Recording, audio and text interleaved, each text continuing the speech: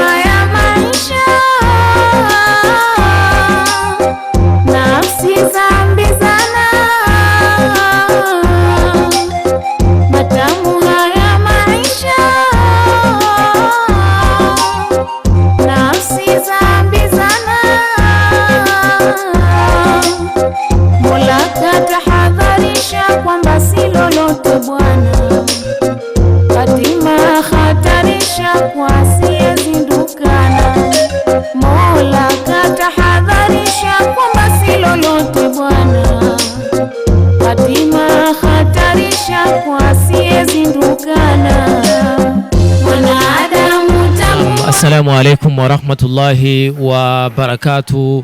Ndugu watazamaji wa DFTV, kwa mara nyingine tena leo tupo ndani ya kituo cha watoto mayatima kinachofahamika kama Foyer Islamique de la Charité. Leo mazingira haya unavyoona, timu nzima ya DFTV imemiminika hapa, kila kuona watoto wakipata takrima ya chakula, vinywaji pia mbalimbali kama vile chai. Lakini yote haya tumeyafanya ndani ya mwezi mtukufu wa Ramadhani ili mayatima hawa wasioni kwa kama tuliwatupa mkono, lakini kwa yale machache tuliweza kuja kuchangia nao. Lakini hapa tuko na baadhi ya mabinti kama unavyoona, wamejimwaya, wamejiachia kama vile nyumbani. Namwona dada hapa amecheka, labda tungemsalimia tu. Ni furaha iliyokuwa kubwa sana, kama unavyoona watoto hawa wanayo furaha kubwa sana ya kutembelewa na DFTV. Naam dada, salamu alaikum. Wa alaikum salam wa rahmatullahi wa barakatuh. Unaitwa nani? Hajara. Dada yetu hapa anaitwa Hajara.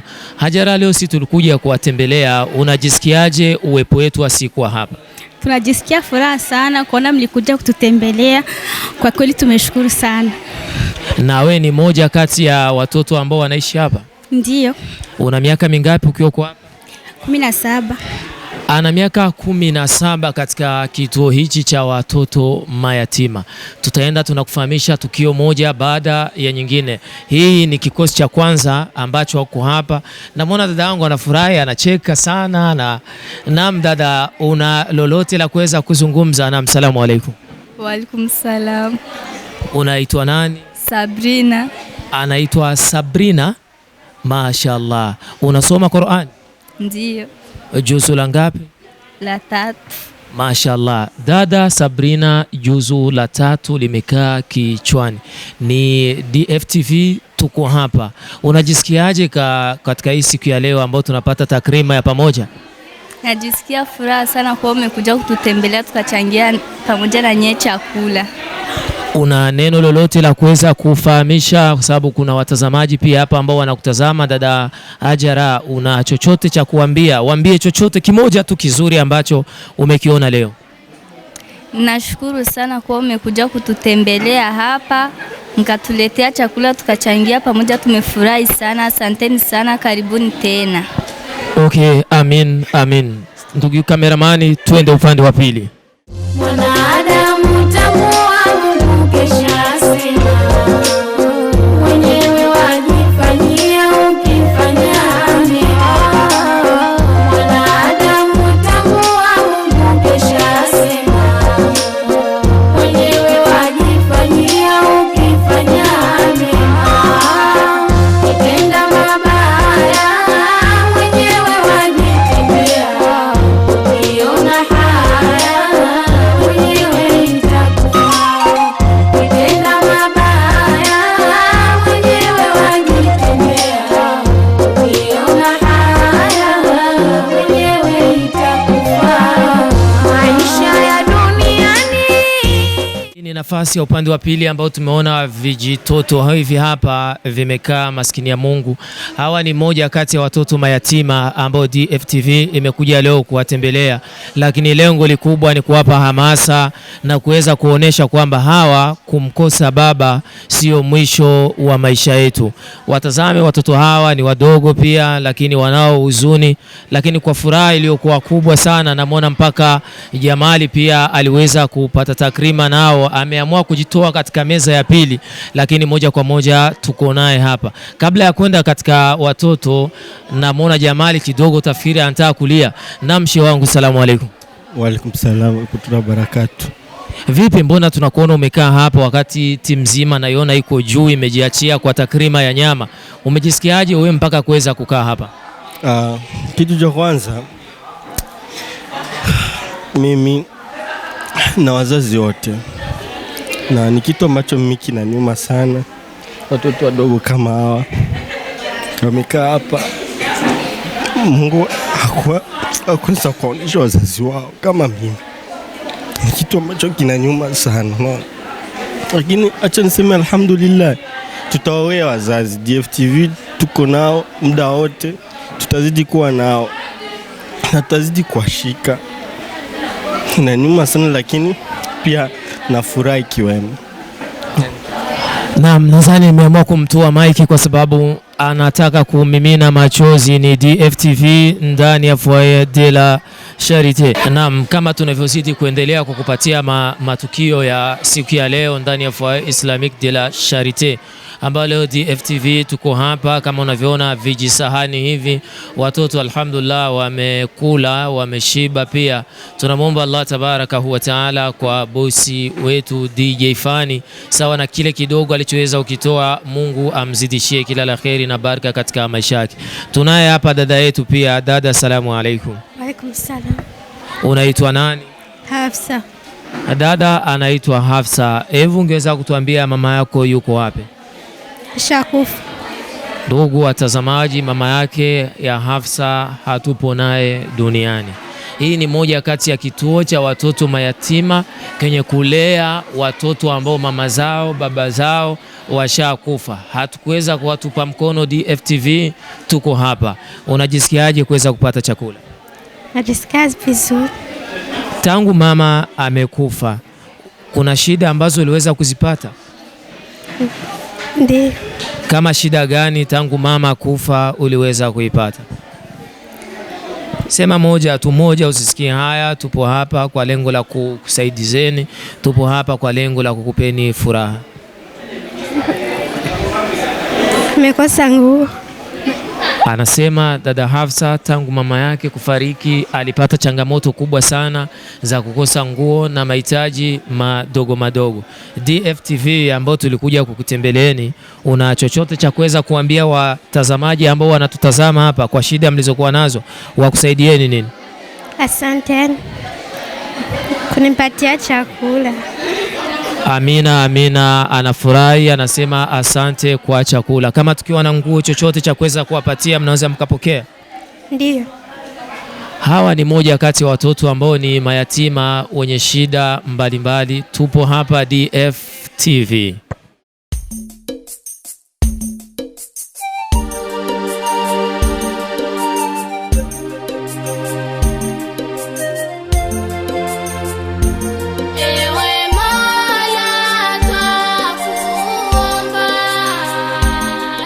Kama tulivyotoka katika meza kuu hapo ambao tumemwona dada Hafsa baada ya kumkosa mama yake, alisema moja kati ya changamoto kubwa anazozipata ni ukosefu wa mavazi.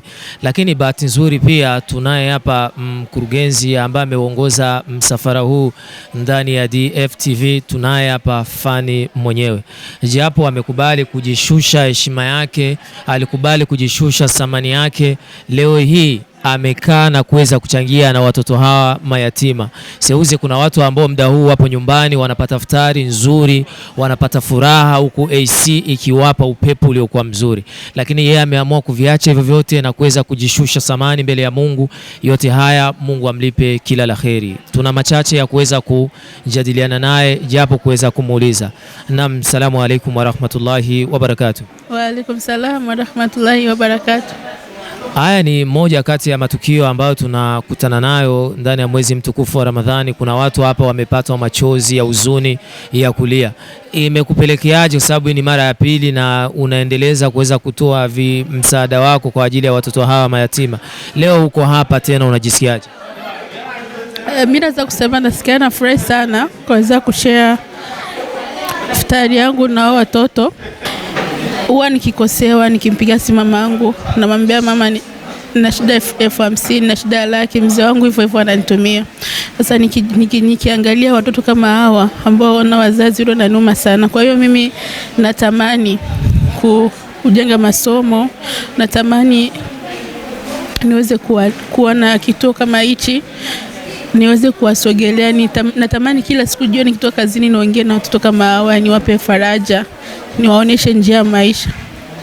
Inatia huzuni sana katika interview ya siku ya leo kwa sababu mazingira yake kidogo yanahuzunisha. Ndugu watazamaji ambao mnatupata kupitia DFTV, nadhani mmoja kati ya ndoto alizokuwa nazo Fanny, licha atazunguka hapa na pale, mmoja katika ndoto yake ni kuweza kuwalea hawa watoto mayatima, akawa na kituo chake.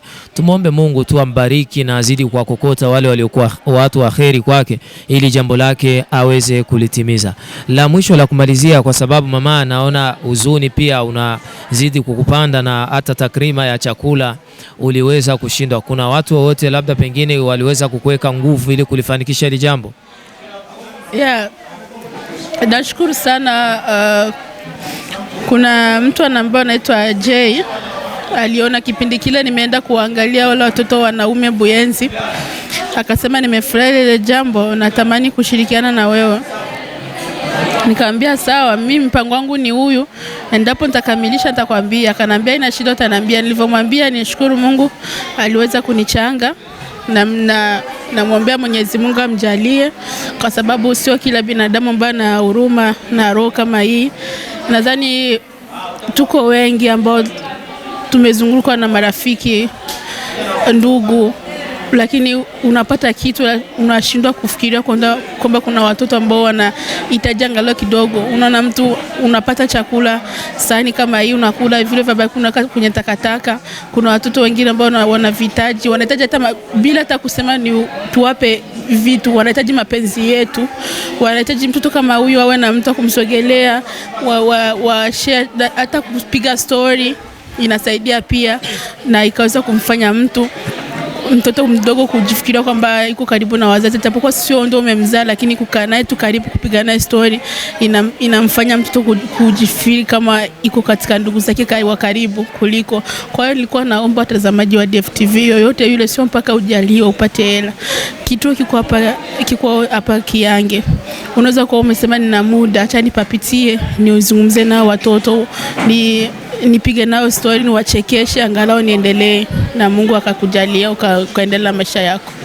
Amina, amina. Nadhani wote ambao wanazidi kuitazama DFTV, nadhani moja kati ya machache aliyoyazungumza ni kuzitoa shukrani kwa wote ambao wanazidi bado wanamuunga mkono. Ndugu yangu, hakikisha kwamba umoja ndio mshikamano ili tulifikie malengo yetu. Yawezekana we chakula ulichokuwa nacho nyumbani, jiulize tu swali, baada ya kumaliza kupata iftari nyumbani, kinachobakia unakimwaga wala unakipeleka wapi? Ndio maana leo ameamua kuweza kujiongea tena nafasi hii ili aweze kupata iftari. Una chochote au watoto labda pengine utakuwa umewaletea? Sasa kipindi kile tumeona umetoa zawadi ya misahafu. Kabla tujaenda kumuongea na mama ambaye anawalea hapa, labda tudokezee kidogo, una vile vijizawadi ambavyo umewaletea mama? Nimewaletea majilbabi ya kusalia. Alhamdulillah, namshukuru Mwenyezi Mungu. Baada ya iftari tukishaondoa masani, nipenda nifika naitoa zawadi niweze kuwapa. Mashallah, nadhani ni DFTV ambao tuko hapa, moja kati ya machache ambao ameyaleta. Kuna yale zawadi ambazo zitakuja kutolewa mwisho. Ndugu watazamaji ndani ya DFTV, mwendelezo wa meza kuu. Hii ni staff ambayo imeongozwa na DJFANNY mwenyewe, lakini ukitazama kusoto na kulia bado rambra shamba za kuweza kutoa vile ambavyo tulivyoweza kuvipata hapa. Iftari hii imesimamiwa mwanzo mpaka mwisho na Fanny chini ya usimamizi wa ofisi wa DFTV.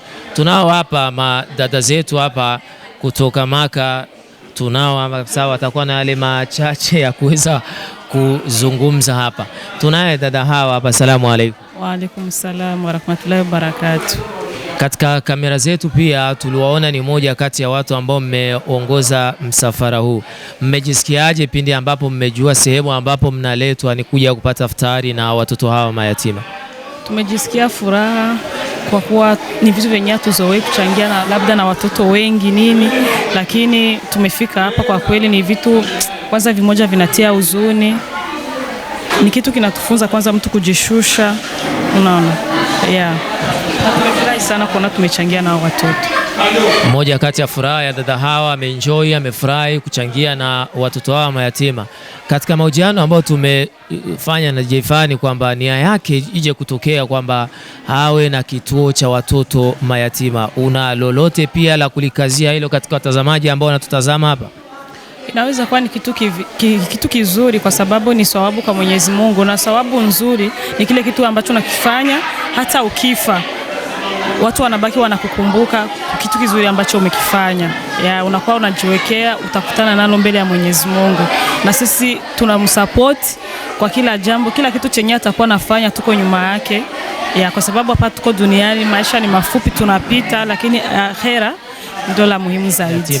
Tunaye bi mkubwa hapa na yeye kidogo, acha tumuulize japo mawili matatu katika na nafasi hii. Naam dada, watu ambao wanakutazama hapa wanataka kujua we ni nani, umetokea wapi na kwa nini upo hapa katika watoto hawa mayatima? Mimi naitwa Jamila, ni rafiki ya Fanny wa karibu. Anaitwa Jamila, ni moja kati ya marafiki wa Fanny. Unajisikiaje pia katika organization ya ambayo ameifanya Fanny, kuanzia chakula, nyama, vitika, takrima zote unazoziona mwanzo mpaka mwisho, kapambana nayo kama binti wa kike kuhakikisha kwamba watoto hawa wanapata furaha? Una lolote kidogo la kuweza kuzungumza hapa? Kwanza mimi nimejisikia faraja kwa sababu alifanya kitu cha muhimu ambayo watu wengi hawakujua na kijuazia nacho. Na ni sawabu pia alipata, umeshaona. Yaani mimi naweza kumwombea tu maisha marefu na Mwenyezi Mungu amuongezee riziki maradufu. Amina, amina. Ikiwa kwamba tunaelekezana kuitafuta dunia, basi pia tuzidi kuelekezana kuitafuta akhera yetu. Moja kati ya ndoto za Fanny pia ni kuhakikisha katika maisha yake ya baadaye, akasema kwamba kama atapata watu support wa kuweza kumsaidia anaweza akayafanya makubwa kama haya. Katika kulisimamia hili, kwa sababu mlikuwa mmoja kati ya watu wake wa karibu, uzito mliouona ni upi na uwepesi ambao mmeuona ni upi, ili Fanny hapa kati aweze kufanya likubwa zaidi ya hili? Mimi naamini kila kitu kifanya kwa nia na kimtegemea Mwenyezi Mungu, tena jambo kama hili la kheri lazima Mwenyezi Mungu akuwekee wepesi. Unaona, namwombea tu Mwenyezi Mungu azidi kumpa nguvu na ampe riziki aweze kufika kwenye malengo yake, na sisi tuko nyuma yake wa kila kitu. Naam, amina. Ni DFTV, tuko hapa katika kituo cha watoto mayatima. Tuende tukamhoji bi mkubwa sasa anayesimamia watoto hawa, ili tuwe tumekwenda kupiga katika tamati yetu ya kipindi. Hivi tunaenda sasa kwa Kiingereza sasa. Kazunguruka. Mtu wa Kiingereza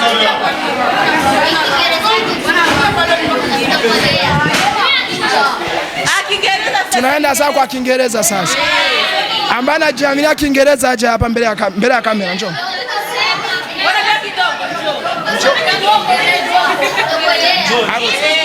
Anaweza. Atakayeweza ni 200. Amekuja huyu. Huyu hapa anajua Kiingereza.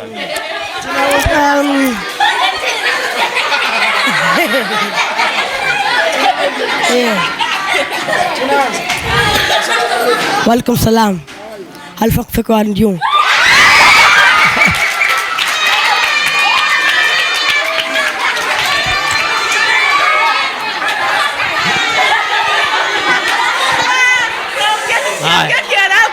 Kaongea Kiarabu. Kuna mwingine? Subiri kwanza. Nyamazeni kwanza. Ameweza, ameshindwa.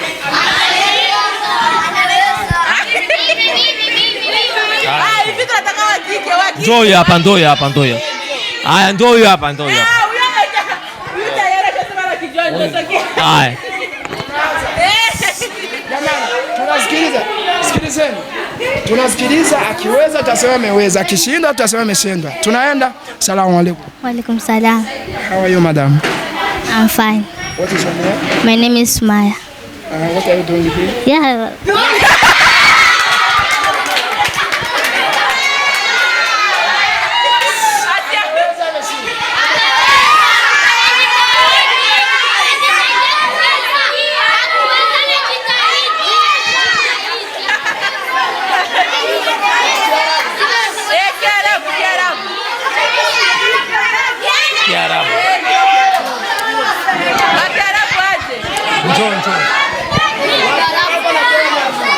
Unajua Kiarabu? Njoo.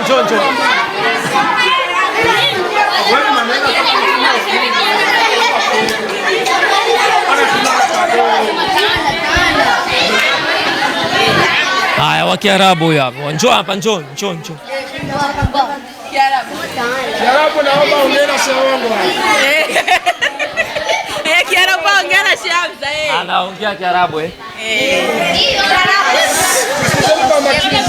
Akiweza utasema ameweza, akishinda atatuambia shehe Hamza. Naenda vizuri.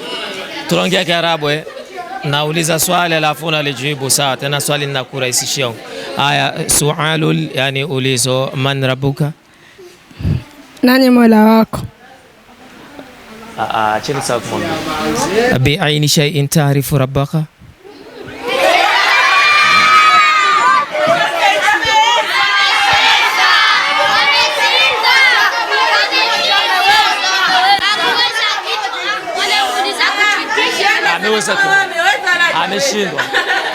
Ameshindwa. Bi aini shay'in ta'rifu rabbaka, ni kwa dalili gani unamjua Mola wako?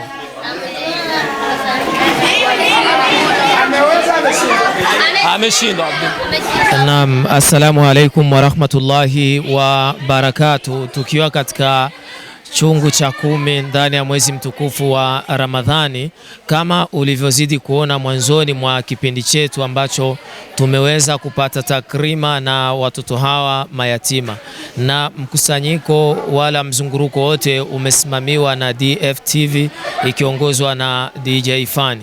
Leo ni siku nyingine katika usiku huu ambao baada ya kupata iftari na watoto hawa mayatima, tunaye hapa bi mkubwa ambaye anaiongoza kituo hichi cha Foyer Islamique de la Charité. Tuko naye hapa, atakuwa na yale machache ya kuweza kuzungumza, haswa kama uwepo wetu asikufika hapa. Tulikuja tu mama mlezi asiyokuwa na matatizo na yoyote, tulimpa tu taarifa kama leo tunakusudia kuweza kupata iftari na watoto hawa. Ametupa milango wazi na ametukaribisha vizuri. Tunashukuru pia, Mungu amlipe kheri na baraka ndani yake. Mama, salamu alaikum. Wa alaikum salam wa rahmatullahi wa barakatuh. Leo umetembelewa na TV hii ambao watazamaji pia wako wanakutazama, wana mengi ya kutaka kujua. Hii kituo hichi cha mayatima kimeanza mwaka gani, na wewe ndo mwanzilishi au ndo msimamizi kwa mazingira gani? Kituo hiki Foyer Islamique de la Charité kilianzaga mwaka 2001 mwezi wa kwanza. Njoo kilianza, alianzisha ni mama kwa jina la Faza Sadi, lakini kwa sasa kwa hiyo wakati anaumwa hafikagi sana hapa, ila mimi nasimamia, niko representante legale wa Foyer Islamique de la Charité. Naam, hapa tuko na representant legal kama ulivyomsikia. Kituo hichi kimeanzishwa na mwanamke.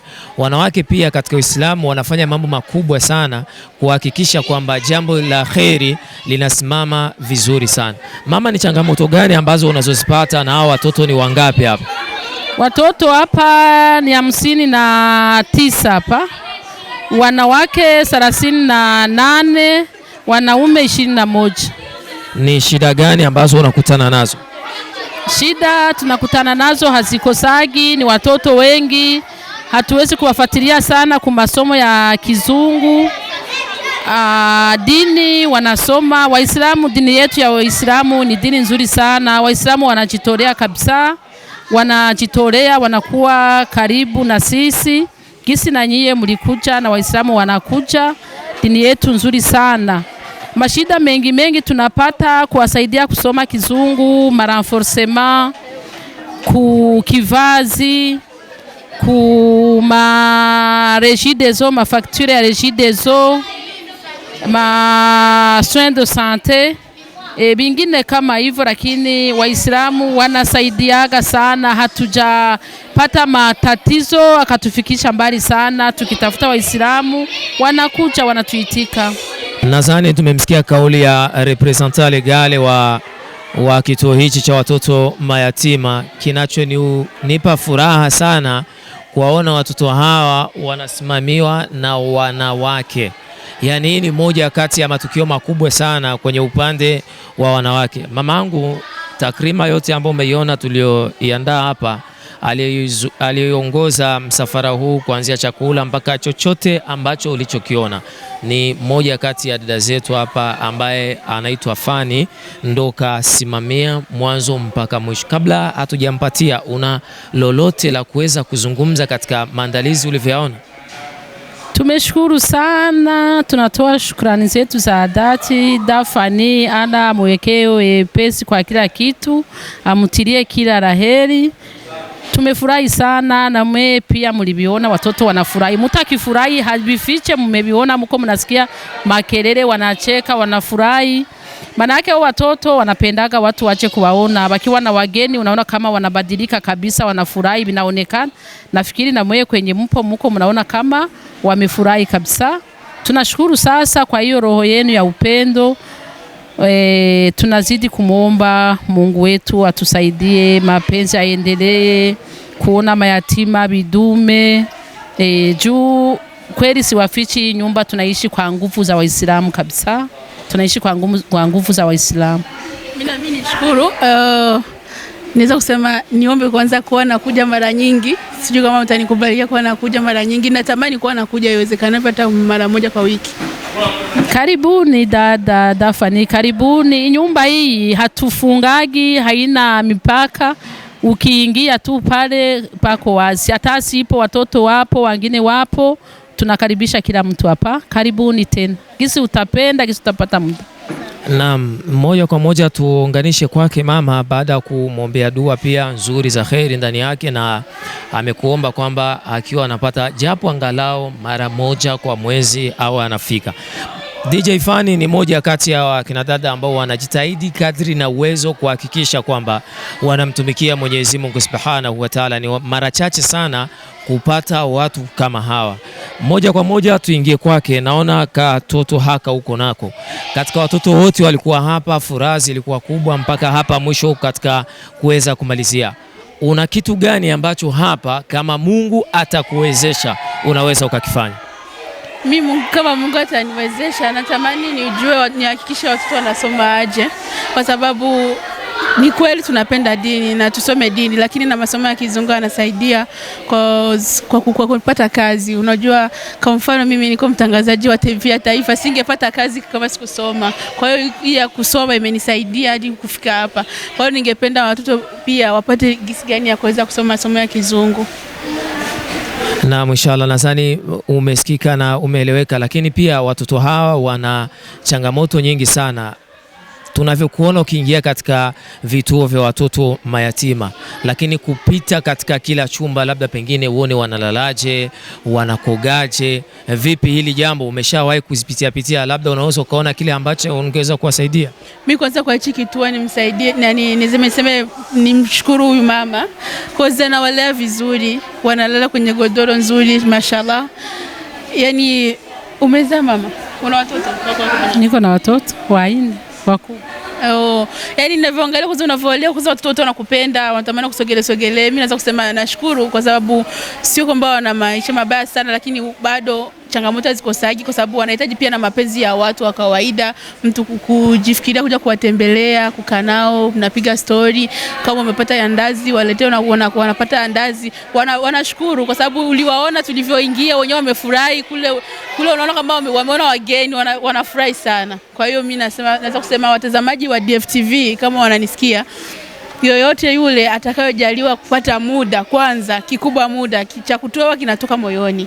Muda kwanza ukiupata kujifikiria kuna watoto kule nahitaji kwenda kukaa nao, basi ukipata muda uweze kupapitia ni kiange. Na inshallah nadhani moja kwa moja amesema kwamba yoyote atakuwa kuna muda anaweza akaja. Fanny, kuna watu ambao wanakufuatilia katika mitandao yako ya kijamii, inaweza ikatokea mtu anahitaji atoe msaada ili umfikishie hapa kwa mama au katika harakati mbalimbali, anakupataje? Mimi naweza nikatoa address ya kwa mama moja kwa moja. Yani kama kila mtu anajua njia kwa airport. Kama unaelekea airport, before ufike airport ndo pako hichi kituo. Kwa hiyo unaweza ukapata, kwa sababu mimi siwezi kusema kweli muda na upata kila siku, hapana. Hivi tu kwa sababu tuko mwezi Ramadhani, nimeomba angalau muda kidogo kazini waweze kunisaidia mwezi mzima, niko nyumbani, kwa hiyo ndo napata muda wa hivi. Lakini naweza kusema mwenye ana chochote anaweza kafika moja kwa moja Kiange karibu na airport, au kama inatokea labda anasema kuna usumbufu fulani hivyo kufika kule, anaweza katafuta DFTV, kuna Sheamza ambaye ataendelea kuwa anafuatilia mambo kama haya. Naam, asante sana. Nadhani mambo yanakwenda vizuri barabara. Mwisho katika kuweza kumalizia kipindi chetu, baada ya tukio hili una mengine ya kheri ambao unaweza ukataka kuyafanya msiku za mbeleni? Labda pengine watu ambao wanatutazama wanaweza wakalisikia hilo ili na wao waseme safari hii lazima tushirikiane pamoja. Kwanza najua watazamaji wa DFTV wanaweza wakasema mbona Fanny sasa hivi tumeona matukio yamekuwa mengi, kulikoni nini? Nadhani nina kila sababu ya kumshukuru Mwenyezi Mungu. Niko miongoni mwa wasichana ambao wanafanya kazi za media kama hizi, na Mungu akanisaidia kunijalia studio na nguvu za kuwa na vijana wengine ambao wako karibu yangu ambao wanahitaji kazi, na pia Mungu akanijalia kuwa na afya. Kwenye mwaka 2020 nadhani nimepitia kuna majanga mengi bado yanaendelea kupitia. Kwa hiyo tukifanya kitu kama hichi, hata niko Mwenyezi Mungu anajiona mwenyewe kwamba uko sehemu sahihi. Naam, asante sana. Mimi nadhani kwamba watu wote ambao wanatutazama mama, katika kufunga kipindi chetu cha siku ya leo, nadhani watu wako hapa wanakutazama. Wale ambao sasa wanahitaji kufika moja kwa moja hapa, katoa maelezo vizuri, address nzuri, una lile unaweza kusema kuliongeza, labda mpaka hata namba za simu sio mbaya, kwa sababu ni jambo la kheri na sisi ni yetu TV kuja ili wale waliokuwa nje ya Burundi wajue kuna bi mkubwa anafanya matukio kama haya kwa wale watoto yatima. Hebu taja namba yako kidogo mama. Naitwa Shadia, namba ya simu ni 79 97 973 955. Yani 79 973 955 ndio namba ya simu kama ni mtu anatafuta kusaidia huku kwa watoto mayatima Kiange Foyer Islamique de la Charité. Naam, asante. Nadhani tumemsikia bi mkubwa hapa. Tunakwenda kufunga na dua ya watoto mayatima kwa sababu Bwana Mtume Muhammad sallallahu alaihi wasallam alisema yule atakayemlea mtoto yatima siku ya mwisho tutakuwa naye kama vidole viwili. Kwa hiyo tunaenda kuwapa zawadi watoto hawa alichokuja nacho DJ Fanny ili tufunge pamoja kwa dua.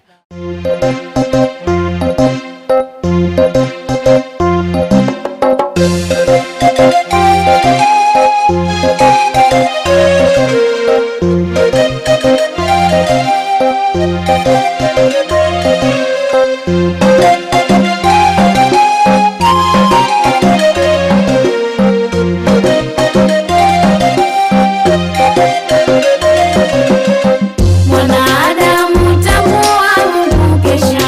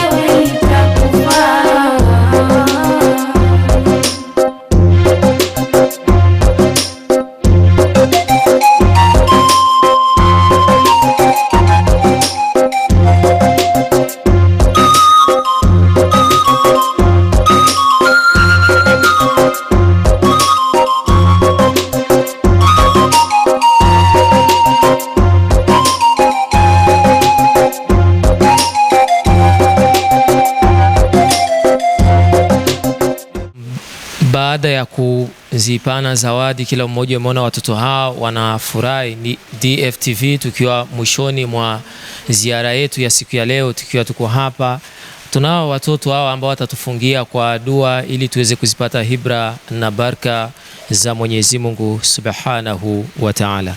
Naam, dadangu ni moja kati ya mayatima hawa, ndo anatuinulia mikono kwake Allah Tabaraka wa Ta'ala.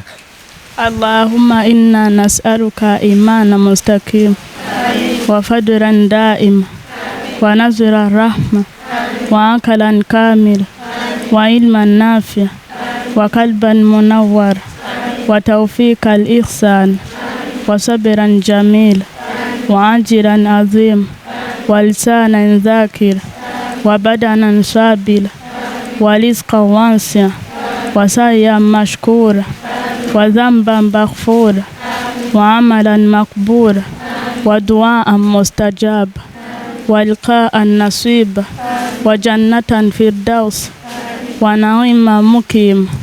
Rabbi ansil wa la tuansil wa tammim bil khair wa bika nasta'in ya fattah. Rabbi zidna ilma warzuqna fahma. Dua nyingine inaendelea. Ya Allah, tunakuomba tusamehe madhambi yetu. Ya Allah, tunakuomba tuelekeze katika njia yako iliyonyooka. Ya Allah, tunakuomba wafungulie milango ya riziki, milango ya khair, milango ya baraka, wasamehe madhambi yao, wafungulie milango ya riziki katika familia zao. Ya Allah, tunakuomba wazidi kutukumbuka. Ya Allah, naomba wajalie na wenyewe wapo. Ya Allah, tunakuomba tujalie mwisho mwema. Ya Allah,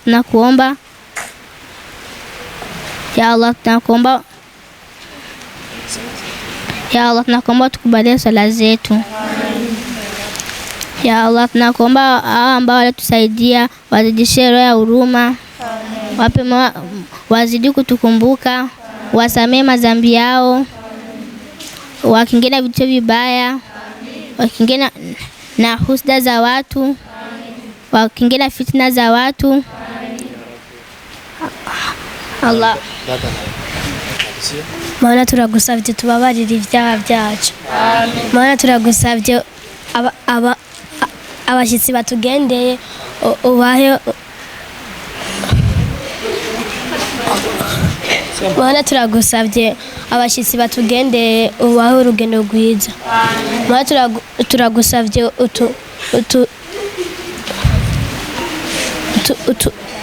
utwemerere amasengesho yacu.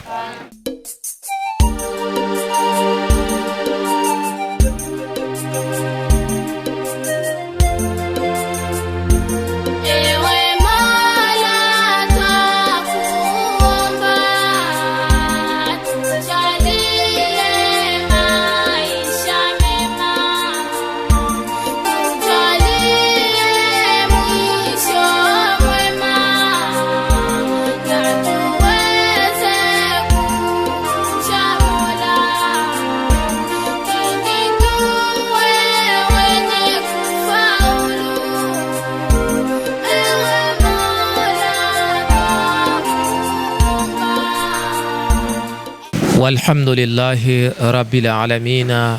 Hapa ndio mwisho wa kipindi chetu. Mtangazaji wako ni Hamza Mahane, nyuma ya kamera tunaye Jamal.